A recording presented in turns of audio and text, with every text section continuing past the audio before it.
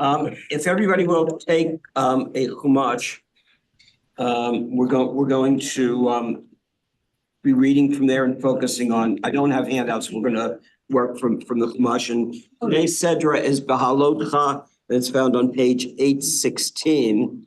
We'll wait for everybody to get their coffee. This is a really, like so many portions, this is a wonderful portion, and there's a lot to unpack here. And I look forward to having a wonderful dialogue with you this morning about this portion. Could you also announce chapter and verse? I know this is chapter 8. Yes. Yes, 8. chapter 8. Yeah, sure. Chapter 8. You're using, Nelson, you're using a different chumash? No, I'm using Sepharia. Okay. All right. Yes, it's chapter 8, verse 1 is basically where we'll start, which is the beginning. I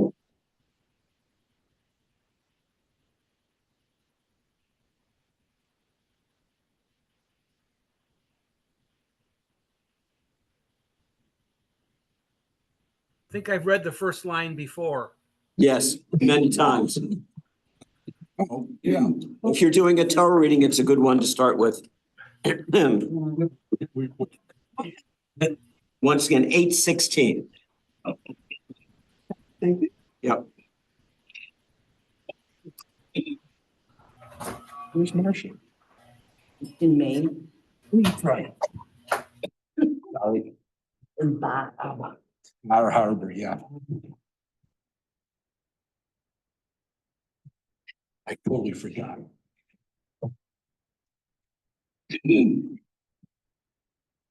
Good. You got there okay? Okay, perfect. Okay. So as you take a look at the beginning of the portion, it begins with the discussion about the menorah, with the candelabra.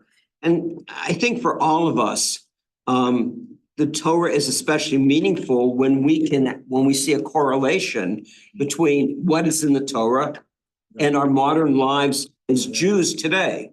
So you think of the menorah from the Mishkan, from the tabernacle, and later in the temple, and we think of the emblem of the state of Israel, which is the menorah. So here's a perfect correlation.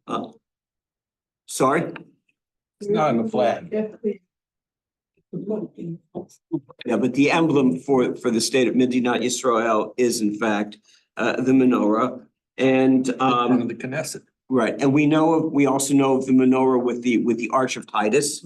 Okay, there's that correlation, and Hanukkah, although that's eight branches, is still again a menorah. So I think it's especially meaningful for us, and in so many ways, again, when we can take something that we see in the Torah and connect it to something in our lives. Okay, next I want to move now. This will be, let's see, verse 10. So that would be on page 817, Nelson. So we're looking at same chapter 8, verse 10. And if somebody would like to read from 10 through 12, then we're going to go back and look at the Hebrew as well. Okay, somebody read for us the English. Okay. And bring the Levites forward before the Lord. Let the Israelites lay their hands upon the Levites, and let Aaron designate the Levites before the Lord as an elevation offering from the Israelites, that they may perform the service of the Lord. The Levites shall now lay their hands upon the heads of the bulls. One shall be offered to the Lord as a purification offering, and the other as a burnt offering to make expiation for the Levites. Okay, now let's look at the Hebrew. I want to call your attention to two words.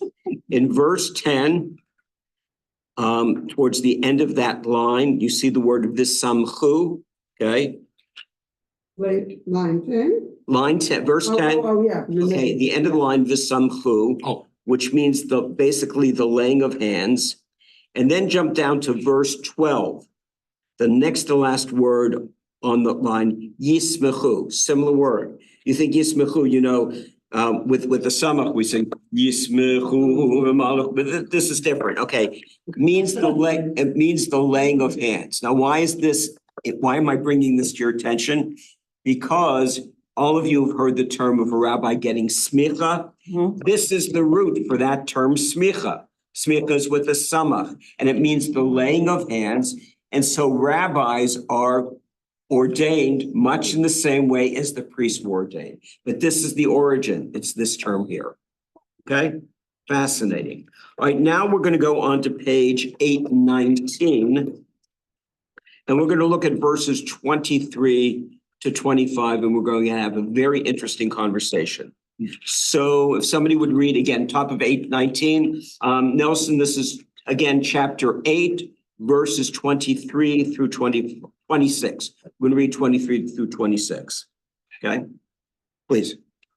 The Lord spoke to Moses, saying, "This is the rule for the Levites. From 25 years of age up, they shall participate in the workforce in the service of the tent of meeting. But at the age of 50, they shall retire from the workforce and shall serve no more.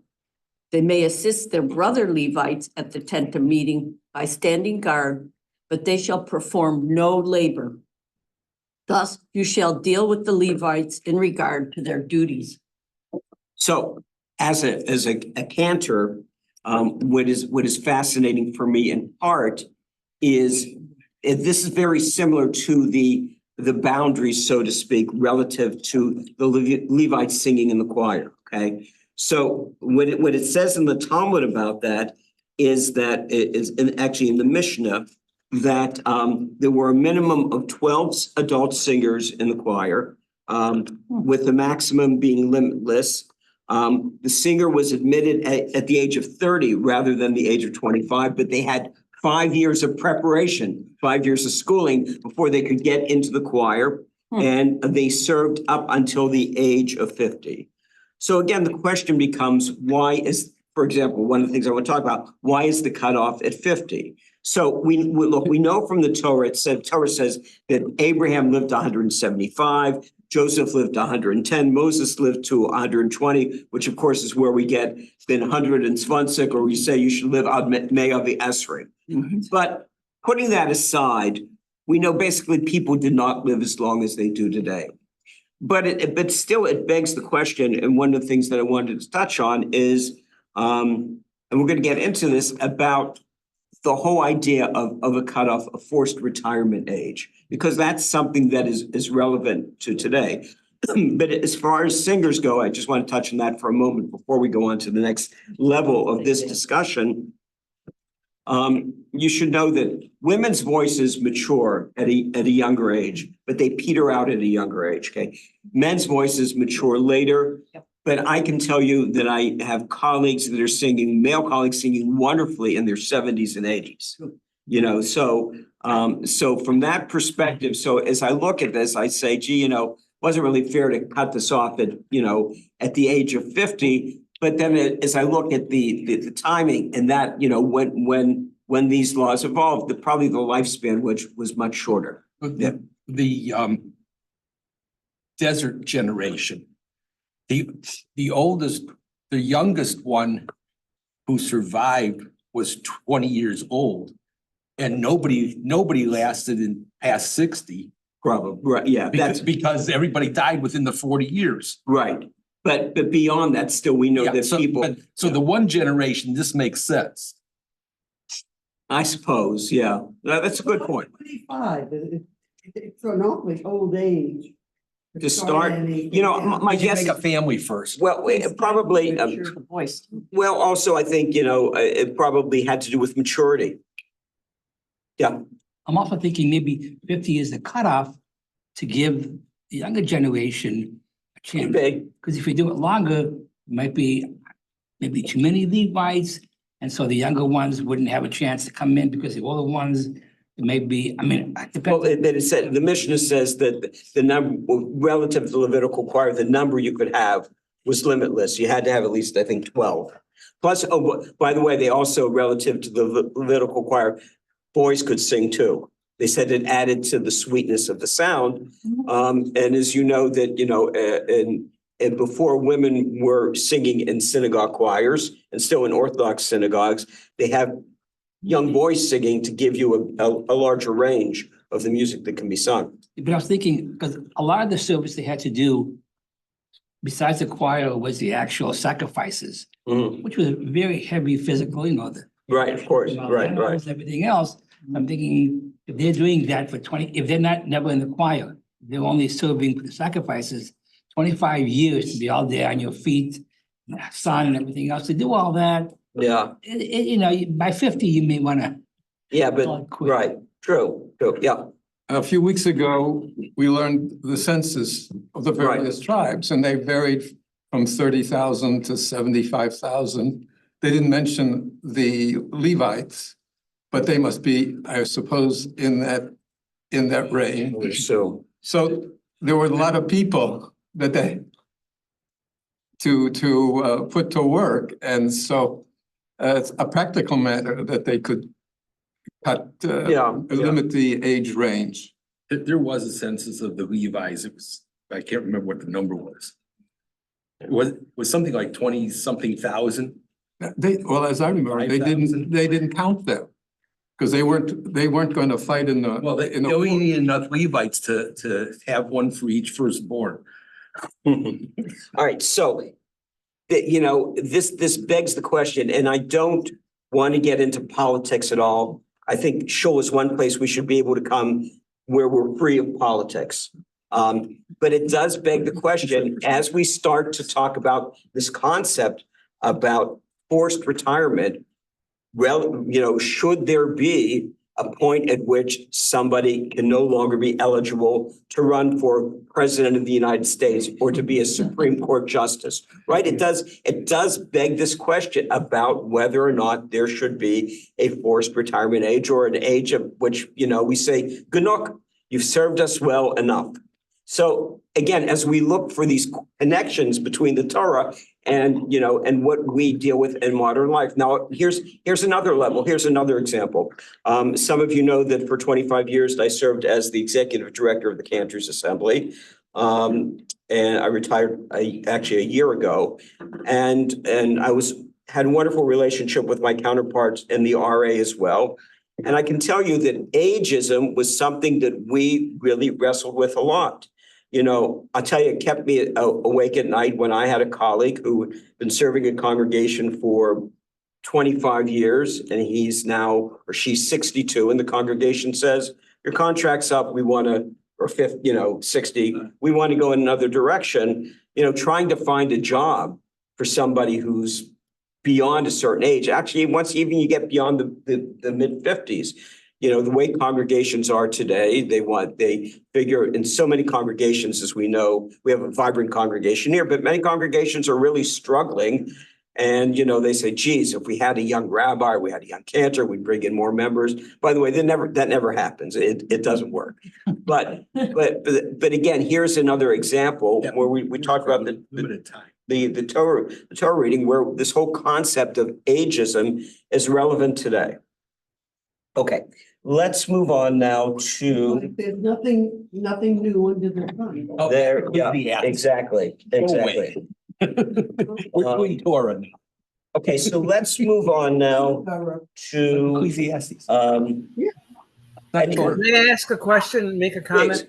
yeah, So if this text was first read in the Middle Ages, I would say that it's telling us don't have castrati.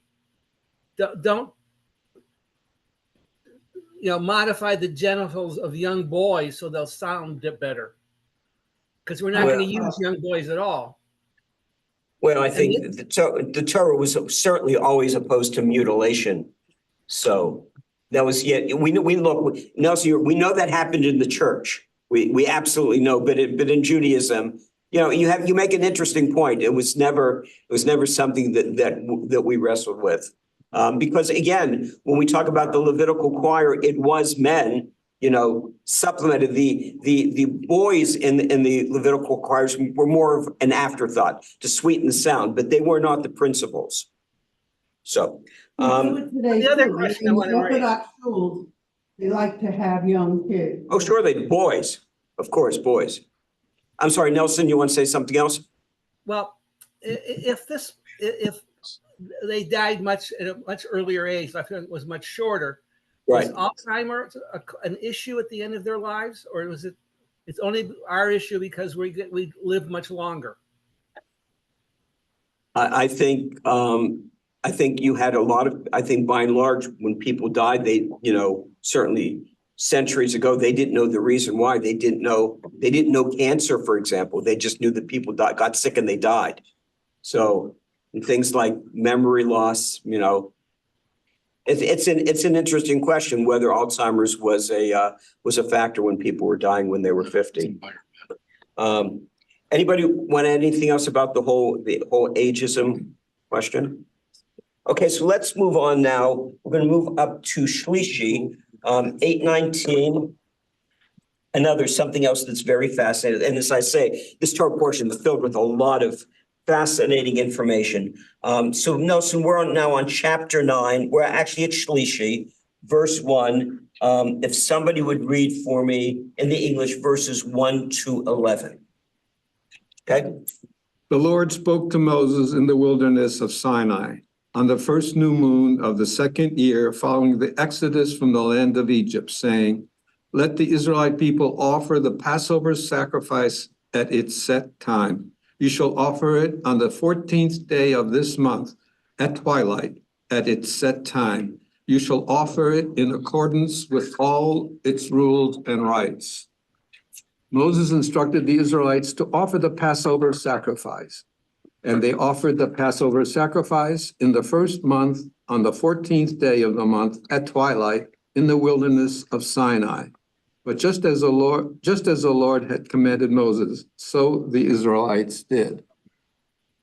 Go on. No, I think that's good. So first thing I want to point out, and I'm sure some of you know this, that when we think of the beginning of the year, we often think of Tishrei, Rosh Hashanah. But in the Torah, the first month of the year is in fact Nisan.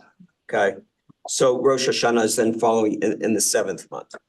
But the other thing that's very fascinating here is this concept of what they call Pesach Sheni, which is the idea that if somebody was unable to observe Pesach in its time, that there's now a precedent for, observing Pesach the same day of the month, 1 month later. So I was thinking of, examples where that could be applied today, and I would leave that up to rabbis, but here we have precedent that can you think of an example where for some reason somebody could not observe Pesach at its appointed time, and then we say to them, okay, you can observe Pesach on the 14th day of Iyar. So what's an example where that might happen? Illness, Okay. really, if you're bedridden or you're really bad, Mhm. I would think. Or now, of course, here it would be because they didn't have the means to get to Jerusalem. It's possible, too far, Which is interesting, Jerusalem comes up because we're still in the desert. So, Others, yeah. We heard last night from Cantor Rosenbaum, use this example this was inclusivity Shabbat last night. And so this is a attempt to have a more inclusive congregation to accommodate people. That was from the Cantor. Any other thoughts? well, with that, maybe too poor. I mean, I don't know if Yeah. they would get rich in 30 days, but it's possible. I'm thinking nowadays more than then, business. I mean, if you happen to be someone, an executive, or somehow whatever you're doing takes precedence. So I was thinking of this example, Olavai, it didn't happen, but I was thinking, suppose some of the hostages had been released after Pesach, okay? Let's say 2 weeks after Pesach. Yeah. Then you say to them, okay, observe Pesach on the 14th day of Olavai, that should have happened, but. Now, at Yeah, that but time, what if Hamas had attacked during Pesach? We'd all be. Yeah. Well, yeah, well, could be certainly, for example, Nelson, for IDF soldiers who maybe could, there's a great example. IDF soldiers who were, deployed and could not observe Pesach in its time because they were in combat. Maybe there would be an exemption for them to observe Pesach a month later. Yeah. We also had the idea that there were some men who were Orthodox, who were covering these. Yeah. At that time here, saying to make a sacrifice. In modern times, we're not sacrificing. What exactly do people do on Pesach Sheni nowadays? I would say, and again, if a rabbi so ruled, they would have the Seder. They would observe the laws of kashrut pertaining to Pesach during that week. But would they be able to then invite people who actually did celebrate Pesach? Or are you not? These are probably, these are rabbinical questions, so I'm just saying that I And see. you expect the candidate. I just know, I just see that, I feel that certainly the precedent is there. And I would be very comfortable with the rabbi saying, you know what, this is applicable. But there is one thing you haven't, I want to point out, and that's that the sacrifice was to be repeated the following month, Right. not the whole week of eating matzah. Well, I think if I recall that it does say something about I think only the first day. the matzah. Yeah, I think so. Well, look, It's not again, for a whole week. we don't live by biblical law anyway. We live by rabbinic law. Right. So, Which also says you don't even have to get rid of your helmets if you do this. well, so again, I would leave it up to my point is that there is, I believe, a precedent here. If there were extenuating circumstances for rabbis to say, observe Pesach because you couldn't. And of course, it couldn't be for a willy-nilly reason. It'd have to be something significant that they could observe it, and what those boundaries are, again, to give you another example, the conservative movement, I believe, has a position. Some of you probably know that if there's a death during Chol HaMoed, that the Shiva does not begin until the holiday is over, okay? Which means that traditionally you could be sitting Shiva for almost 2 weeks because you're not going to go and do anything after a burial, but your official Shiva doesn't begin until, let's say there's a death in your family, of a parent or a spouse. It's on the third day of Pesach. The funeral's on the third day of Pesach. Now you really have to wait till Pesach's over, but there's a ruling, I think, in the conservative movement that says you can sit only for 3 days instead of having to sit for the 7 days. So again, you can kind of play with that as well. Okay? Anything else? No. We're good for now. Okay, not yet. Okay. So now we're going to jump to Shishi, all the way up to Shishi, 826. 26. Yes, okay.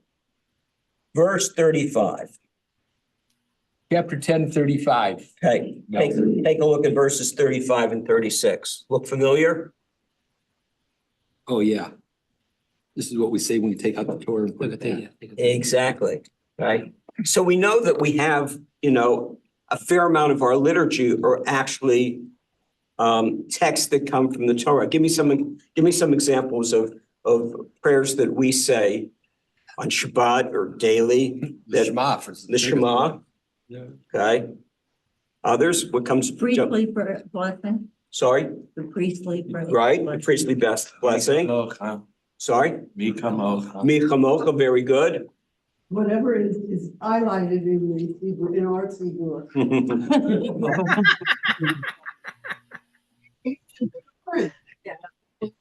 Okay, so that reminds me, there's a story that was told to me. When you're a senior in cantorial school and you have to give a recital that's a liturgical recital based on a service, like a Shabbat service or a holiday service, and you conduct a choir. And there was a very distinguished chairman of the faculty who could be somewhat ornery. And he's at the end of one student's recital, he says, "How many times is the Kaddish recited during the high holidays?" Oy. So it was actually David Kusavitsky who was a sweet man. He spoke up on behalf of the student. He says, as many times as it appears in the Machzor, that's how many times you say it. So, anyway, so other prayers, the Vayechulu from Friday night, Vishamru, also taken from the Torah. But here's what's fascinating. Aside from that, take a look before verse 35 and after verse 36. There is an inverted nun. Okay? Yeah. See that?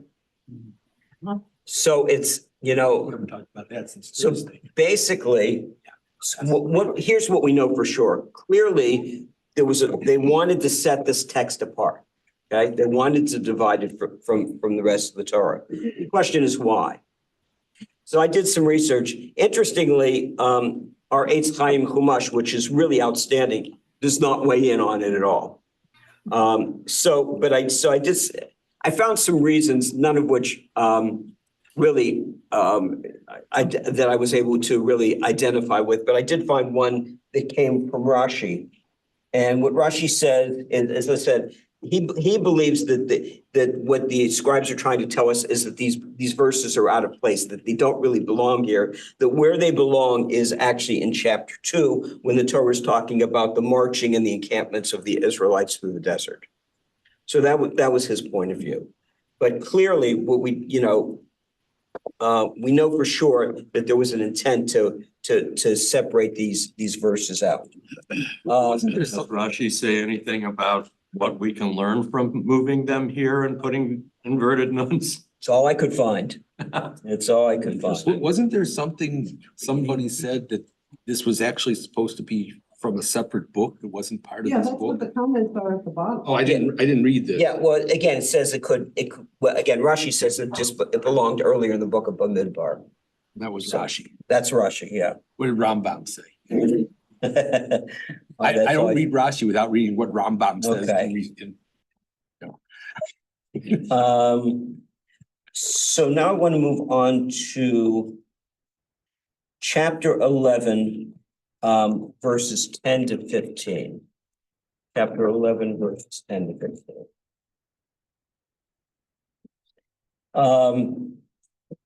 We know from the time of the Exodus out of Egypt that there was incessant complaining by the Israelites. That's also something that hasn't changed. Jews still complain an awful lot.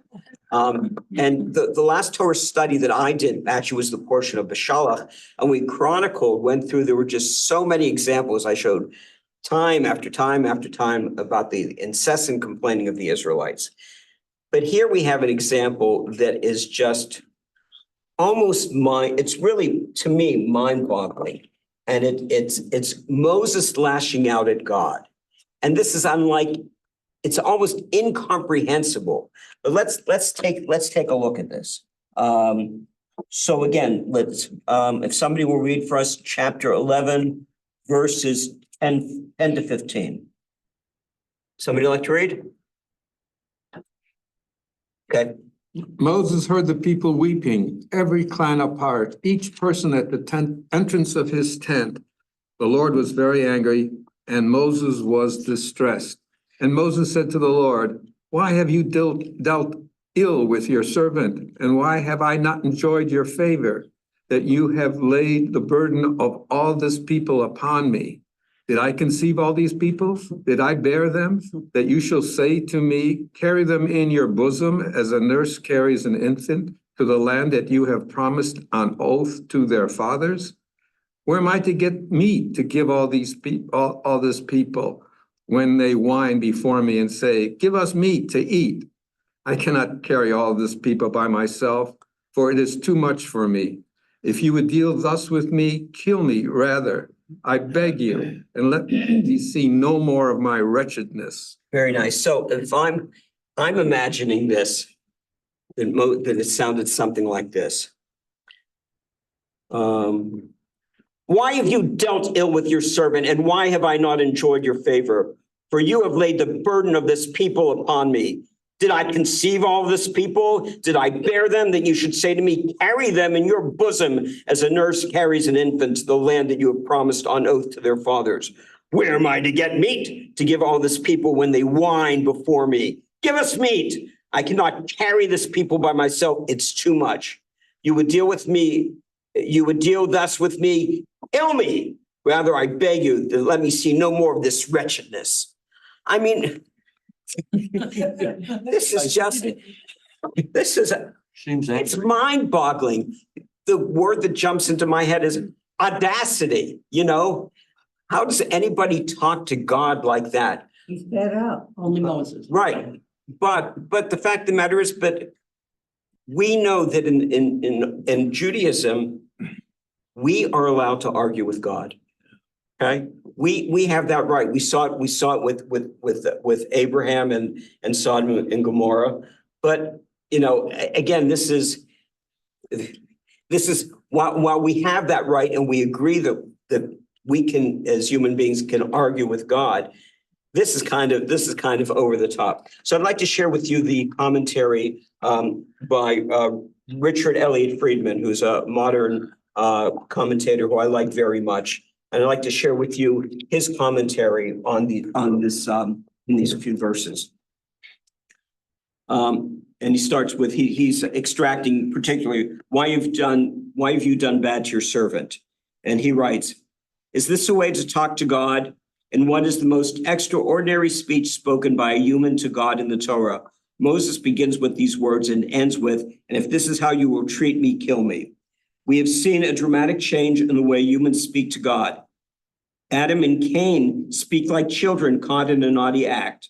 Abraham dares to question a divine decision, the destruction of Sodom, and says, 'Far be from you to do a thing like this.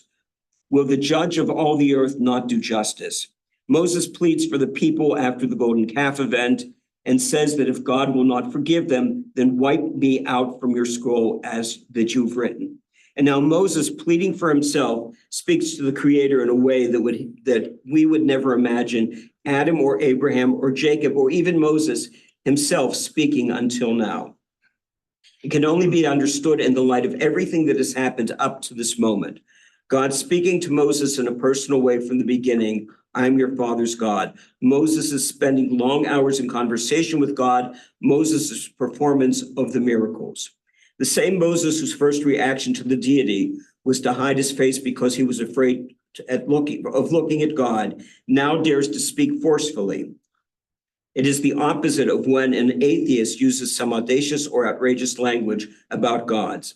Moses is pictured as the human who has come closest to God, the one person who has seen God, and it is precisely Moses who speaks the most audaciously of all.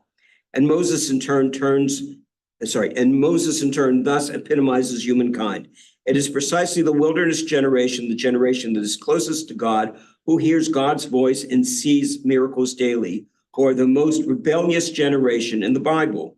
This in turn may remind us of the Bible's first story, when humans live in the garden where God walks, they make the initial act of rebellion. An ongoing point of the Torah is thus that humans and their Creator have an underlying basis of conflict, something in the very nature of the divine human condition. And the relations between God and Abraham's descendants are aimed at eventually resolving this. Thus, Moses is not seen as bad for speaking this way to God, and he is not punished. It is rather part of his close relationship with God and part of the Torah's central story. Interesting. So Okay. it's not familiarity breeds contempt exactly. Right. It's familiarity breeds confidence to Or a get certain, angry, or a comfort level. yeah. Right? It's comfort. If I can make a philosophical point, Sure. Please do. sometimes we think God is too abstract. You know, if God would walk among us, we would believe. But this is just the other way around. If God walked among us, we'd complain. Right. Problem isn't that God's too abstract. The problem is that we got too many problems.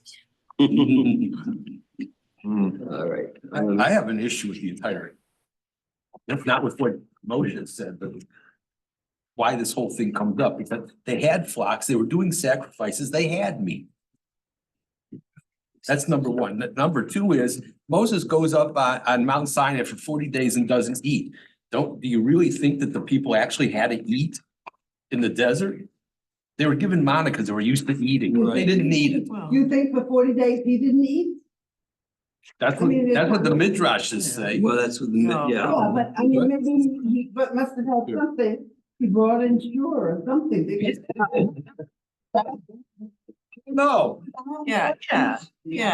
About Yeah. So let's assume he had some mana up there also. I mean, you know, midrash is just rabbinic commentary. So we correct. can sit and rabbinically commentate. The point is, they really did have meat, they just, maybe it wasn't enough. maybe but wasn't what they wanted. Maybe they only got dark meat and they wanted white meat. Yeah. You know, I mean, I think the irony is that the mana is supposed to taste like whatever you want it to taste like. right, that's Period. correct. That's the Another perfect, midrash. and it's the, Yeah. of course, but let's assume it is the perfect food. And yet, they're still complaining, more mana, can't we have meat for once? You know, with all due respect to Midrash, to me, Midrash is basically speculation. Of course. That's what it is, speculation. That's not necessarily a problem as long as we understand that. Some of my friends who don't, if you say, well, this midrash is opposed to that midrash, how do you deal with that? Well, they're not really opposed. We're just so far from Sinai that we don't know they're not opposed. And I'm like, really? Well, that's, What kind of God is that then? yeah, well, that's, My problem is with. We have a need to know an answer to every question. We're not satisfied with just seeing a statement. We have to know why. It's like a kid. And that would be a midrash on the name Yisrael. Perfect. And There so you go. have to try to explain it in good time. And, you know, Yeah, take it as you want. Sometimes it's really far-fetched. sure. Yeah. But it's trying, that's okay. It's okay. It's all good. Every time she had to listen to Midrash, the Hebrew Academy taught them. and deprogram. Okay. You hear it in a person. Isn't it wonderful that we have a Solomon Schechter School in But Cleveland? my problem is when people don't realize what is Torah and what is midrash. Right. Well, that's kind of where I was That's going. my, right. That's my problem. Look, And- that's why we're all here today at B'nai Yeshurun, you know, and we're not overt, you know, No, because you Yes. get it all mixed up. Yeah. You hear it first as a Bible story, Right. in the Bible, but then you- Right, it's why I'm afraid of the Bible confusion reigns. a sanitized version for the kids. I'm sure. You learn things and then you go to, if you go to a good Hebrew school or you go to advanced learning, oh, that's Midrash. Yeah. right. And you get totally confused. Yeah. But then, you know, if you go, you know, for the last 50, 60 years, you went to JTS, more than that. And as you know, as your husband, you studied biblical criticism of the Torah. You know, the fact that the Torah is not one document, but multiple documents that were weaved together. And that's why you were commenting, I mean, that's why you were reading him. Right, I like him. So, Because He was here. was he here? Big guy. Oh, yeah. I'm sorry I missed him. Anyway, so, yeah. It's like 10, 15 years ago. Yeah, he's very good. So anyway, The so guy who wrote the Bible. who wrote this commentary, Richard Elliott Friedman. Friedman, yeah. So, okay, so moving on, so how does God address this? And God attempts to relieve some of the responsibility from Moses by encouraging him to, you know, to appoint 70 elders, you know, from the community to help out. And I was thinking, you know, it's no different than in a large congregation like this. Next week, we're installing our assistant rabbi, right? Because imagine, you know, poor Hal having to be the sole rabbi of a congregation. A congregation this size needs more than one rabbi, and Moses needed help. So the way they did it was with the 70 elders, which eventually merged into the Sanhedrin. Just a Okay. very brief interruption on that subject. When you're president of the shul, one of the things you have to do Yeah, is somebody who hasn't interacted with the rabbi but now wants to and complains to you, won't return my emails, doesn't return my phone calls. What does he do anyway? He's not doing anything all the time. And one's response to that is, thank God you haven't had an illness or a death in your family to find out what the rabbi's doing all the time. It's a very good response. That was. You know- that was said you know by a what- Former rabbi, in case You know what I a frequently former say? President. if you didn't know. I have great compassion for synagogue presidents, because I've always said, at least I get paid to have to listen to this. You're you're a poor volunteer. The joke I used to make when we would have our little three-partite meetings between the executive director, the senior rabbi, and myself was, at least my sentence is only 2 years. So I'm gonna deviate for a second and tell you a joke, and some of you may have heard this joke.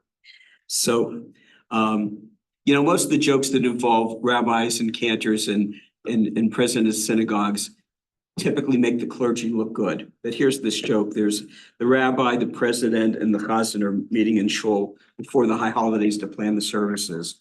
And a gun of a thief breaks in. And he says, unfortunately, now you've seen my face, I'm gonna have to kill all of you. He says, but I'm really not that bad of a guy. I'm willing to grant each of you one wish before you die. So he says, the rabbi says, what's your wish? He says, last Yom Kippur, Kol Nidre night, I gave the best sermon I've ever given of my career. Let me recite it one more time. Recite it aloud. I know it from memory. The thief says, fine, go ahead. Says the chazan, he says, how about you? He says, I love to chant Hineni on Rosh Hashanah and Yom Kippur. Let me sing Hineni one more time. Says, fine. Says the president of the synagogue, what's your wish? He says, shoot me first. Moving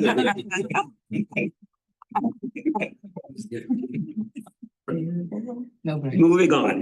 We only have 15 minutes left. So let's take a look.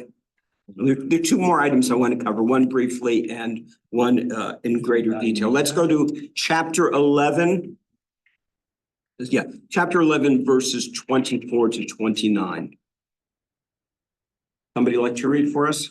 11, what did you say? Chapter 11, so this would be 831, page 831. This is 24 to 29. Okay, please. Moses went out and reported the words of the Lord to the people. He gathered 70 of the people's elders and stationed them around the tent. Then the Lord came down in a cloud and spoke to him. He drew upon the spirit that was on him and put it upon the 70 elders. And when the spirit rested upon them, they spoke in ecstasy, but did not continue.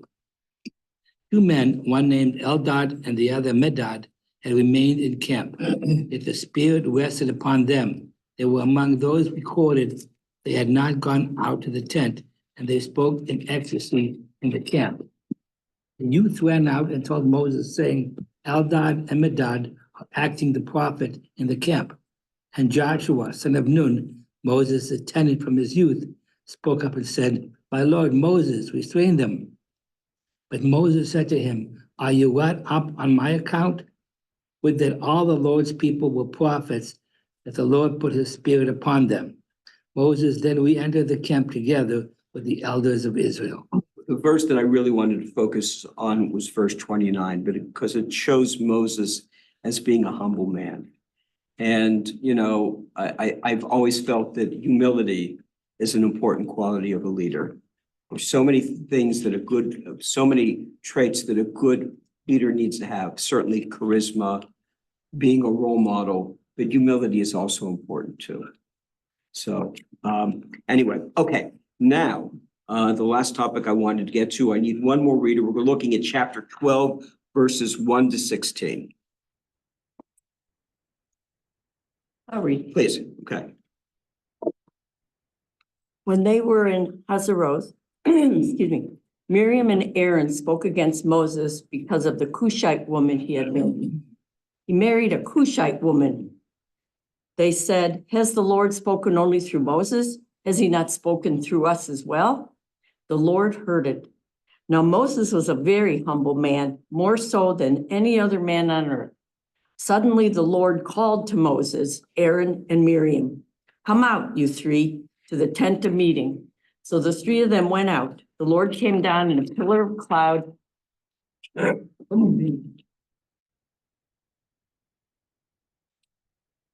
at the entrance of the tent and called out Aaron and Miriam. The two of them came forward, and he said, "Hear these my words. When a prophet of the Lord arises among you, I make myself known to him in a vision. I speak with him in a dream. Not so with my servant Moses. He is entrusted throughout my household. With him I speak mouth to mouth, plainly and not in riddles, and he beholds the likeness of the Lord. How then did you not shrink from speaking against my servant Moses? Still incensed with them, the Lord departed." Keep going. Yeah. As the cloud withdrew from the tent, there was Miriam stricken with snow-white scales.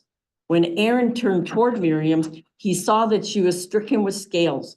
And Aaron said to Moses, "O my Lord, account not to us the sin which we committed in our folly. Let her not be as one dead, who emerges from his mother's womb with half his flesh eaten away." Yuck. So Moses cried out to the Lord, saying, "O God, pray heal her." All right. What is the first thing that jumps out at you about this story? The first thing that jumps out at me is that first he says, I only talked to Moses face to face, and here he is talking to Aaron and Miriam face to face. Okay, that's Sort of. that's interesting. It's not where I'm going, but I know. that's good. What just, for me, there's something that just jumps out about this story. I wonder if anybody else sees the same thing. You will if I mention it, but Well, for one thing, Miriam's the one stricken with scales and not Aaron. bingo. Bingo, thank you. And I didn't pay him to say that. Okay. Miriam is the one that actually said it. Aaron only listened to it. So why? No, is that what it says? I think so. No, It she's says the, they both spoke they against both Moses. they both Okay. spoke. Why does did it it appear that only Miriam is punished? Great question, right? Anybody want to speculate on some answers? Well, Aaron is the, he's Kohen Gadol. Kohen Gadol.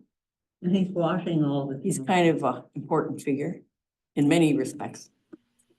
Immunity. Presidential immunity. Oh. Again, I don't want to get into politics, but again, it's a similar concept.